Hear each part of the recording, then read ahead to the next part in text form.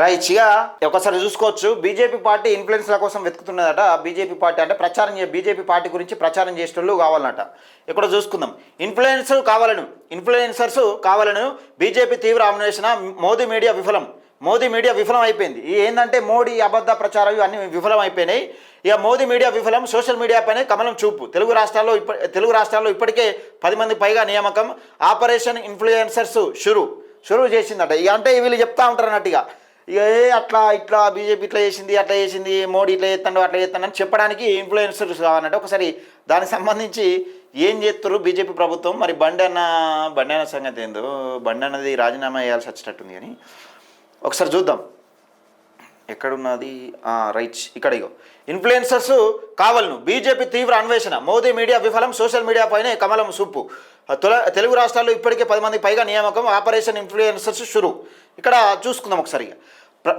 ప్రజామోదం పొందేందుకు పార్టీ భావజాలను ప్రజల్లోకి తీసుకెళ్లేందుకు తెలంగాణ బీజేపీ సరిహద్దు వ్యూహాలను పదును పెడుతుంది. సాంప్రదాయ మీడియా కంటే డిజిటల్ మీడియా, సోషల్ మీడియా వేదికలపైన ద్వారానే యంగ్ జనరేషన్ ఆకట్టుకోవచ్చని గుర్తించిన పార్టీ నాయకత్వం ఇప్పుడు డిజిటల్ క్రియేటర్లపై తీవ్రంగా దృష్టి పెట్టింది. ఇందులో భాగంగా ఇన్ఫ్లుయెన్సర్స్ కావాలను అంటూ ప్రత్యేక అన్వేషణ ప్రారంభించింది. గత కొంతకాలంగా జాతీయ స్థాయిలో లేదా మోదీ మీడియా అనుకున్న స్థాయిలో క్షేత్రస్థాయిలో ప్రజలను ప్రభావితం చేయలేకపోతున్నాయనే విశ్లేషణ వస్తున్నాయి. మెయిన్ స్ట్రీమ్ మీడియా కంటే యూట్యూబ్, ఇన్స్టాగ్రామ్, ఫేస్బుక్ వంటి సోషల్ మీడియా వేదికల్లో క్రియాశీలకంగా ఉండే ఇన్ఫ్లుయెన్సర్స్ను చెప్పే విషయాలకే యువత ఎక్కువ ఆకర్షితులవుతున్నట్టు బీజేపీ అంతర్గత సర్వేలో వ్యక్తమైంది. దాంతో సోషల్ మీడియా సక్సెస్ మంత్రాలను వాడుకోవాలని బీజేపీ భావిస్తుంది. సమాజంలో మంచి ఫాలోయింగ్ ఉన్న డిజిటల్ క్రియేటర్ల, మీమర్స్, విశ్లేషకులు, కంటెంట్ క్రియేటర్లకు తమ వైపు తిప్పుకునేందుకు పార్టీ ఆపరేషన్ ఇన్ఫ్లుయెన్సర్స్ పేరిట ప్రత్యేక డ్రైవ్ చేపట్టిందట.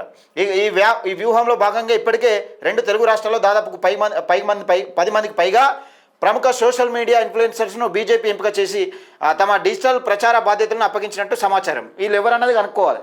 మరి వీళ్ళు ఏం చెప్తారు, ప్రజలకు ఏం చెప్పదలుచుకుంటారు, వీళ్ళు ఎవరన్నది కనుక్కోవాలి. లేకపోతే ఇలా మాట్లాడినాం అనుకో కథం అవుతాం మనం.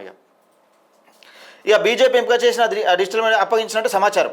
అయితే కేవలం రాజకీయాలే కాకుండా సమాజం, యూత్, వినోదం, టెక్నాలజీ వంటి విభిన్న రంగాల్లో లక్షలాది ఫాలోవర్స్ ఉన్న మరికొందరు నెటిజన్లను పార్టీలోకి తీసుకురావడం లేదా తమ విధానాలకు అనుకూలంగా కంటెంట్ రూపొందించేలా ఒప్పించడానికి ప్రయత్నాలు ముమ్మరం చేసింది. భవిష్యత్తులో రాబోయే ఎన్నికలు ప్రజా ఉద్యమంలో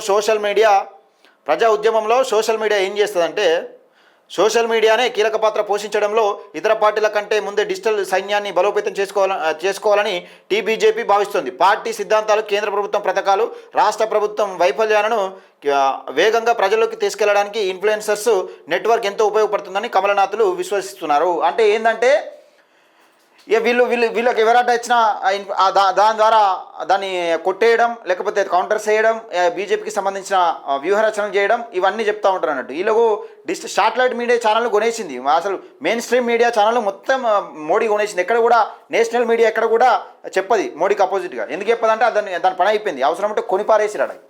కొని ఆడ వాడి ఉండ అన్నట్టుగా పాడేసాడు. మొన్న ఏం చేసింది జెన్జీ ఉద్యమం, ఏం చేసిందంటే జెన్జీ ఉద్యమం ఒక విధంగా చెప్పాలంటే జెన్జీ ఉద్యమం ఇన్స్టాగ్రామ్లో ఉర్రూతల ఊహించి మొత్తానికైతే ఒక రకమైన షేక్ చేసింది. ఏది ధర్మేంద్ర ప్రధాన్ కేంద్ర విద్యాశాఖ మంత్రి ధర్మేంద్ర ప్రధాన్ రాజీనామా చేసేదాకా తీసుకొచ్చింది. ఏ మీడియా పనిచేసింది? ఈ గొట్టాలు పట్టుకొని ఇక్కడ గొట్టాలు పట్టుకొని ఏదైతే ఈ నేషనల్ మీడియా పనిచేస్తూ ఉంటాయో వాళ్ళని పొల్లిట్టిరు. వాళ్ళు గోధి మీడియా అని పొల్లిట్టిరు. అంటే అప్పుడు ఆ శాటిలైట్ ఛానల్ అయిపోయినాయి, ఇప్పుడు నేషనల్ మీడియా అయిపోయింది. యూట్యూబ్ ఛానల్ ఇప్పుడు మళ్ళీ ఇన్స్టాగ్రామ్, ఫేస్బుక్ ఇవి ఎక్కువ నడుస్తూ ఉన్నాయి. ఇన్ఫ్లుయెన్సర్స్ అంటే మనం ఏం చెప్తామని చూస్తూ ఉన్నారు యూట్యూబ్ ఛానల్. కానీ ఎక్కడ కూడా శాటిలైట్ ఛానల్ ఎవరు చూస్తున్నాడు ఈ మధ్యకాలంలో. దానికి ఇన్ఫ్లుయెన్సర్స్ను వెతుకుతూ ఉన్నదట. అంటే ప్రభుత్వం చేస్తున్న తప్పిదాలకు, లేకపోతే ఇంకా ఈ ఇతరులు వేసే మాట విధానం కౌంటర్లు వేసడం కోసం బీజేపీని ఎప్పుడు పొగడటానికి ఇన్ఫ్లుయెన్సర్ను వెతుకుతూ ఉన్నదట బీజేపీ పార్టీ. దానికి సంబంధించి మరి చూడాలి ఎంతమందిని పెడుతుంది. ఈ కొంటారు, ఇక పైసలు ఉన్నాయి కదా కొంటా ఉంటారు అన్నట్టు. ఇది ఈ బీజేపీ చేస్తున్న కథ ఇది.